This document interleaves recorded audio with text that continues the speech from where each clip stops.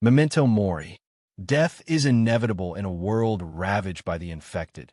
But this particular phrase, Latin for remember, you must die, rings particularly poignant in 28 years later.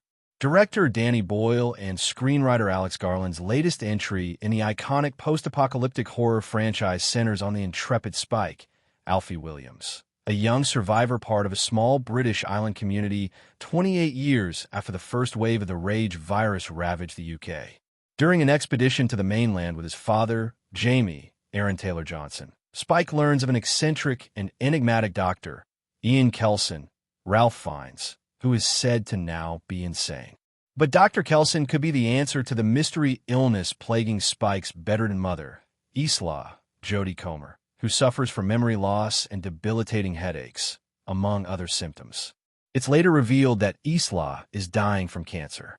When Spike sneaks his mother out onto the mainland, where new variants of the infected roam about, to find Dr. Kelson, they are surprised to find an otherwise compassionate and warm man living among a spine-chilling temple of human bones, constructed to honor those who've perished. Isla makes the decision to end her suffering, and it's Spike who places his mother's remains atop one of the shrines. You see the journey that she goes on in the movie, let alone what she's probably experienced for the past several years. The kind of inner turmoil and pain, Comer explains. It is a very real thing that people come to a point of not wanting to experience that any longer. And I think they're both comforted and held by Kelson in this space. Knowing that Spike is okay in this moment, Comer adds, she wants to let go. It's probably hard for us to understand, but it was a complex moment, Comer continues. Even with her trying to protect him, she's withheld a lot from him. And I think that's also a very relatable thing. I've had that in my own life when my parents withheld information from me to try and help me. But in the long run, I've wished that I had that information. So there's a lot going on in that beat, but I think she was ready. With death also comes life, and humanity is the through line of the planned trilogy, set to continue with the forthcoming sequel 28 years later, The Bone Temple. In a memorable scene before her death, Isla hears a distant scream, following the sound to an abandoned train where she discovers an infected in the midst of labor. Yes, a pregnant infected.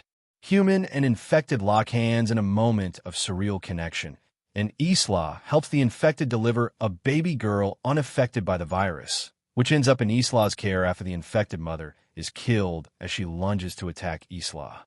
The scene feels like it's just the beginning of where the story will go, Comer says. That moment provides such a sense of hope, she notes. It was an interesting moment for Isla because we leave her in this moment of lucidity, and then she hears this scream. Danny, and I imagine there was something very kind of primal within that she connected with through her own experience. And that's why she snaps to and goes directly to where the sound is coming from. It's a very profound moment, Comer adds, because any wall or segregation of infected, non-infected, us and them, is completely stripped away. It's a moment where we see Isla actually being a mother and taking control of the situation. I can't wait to see where that story leads.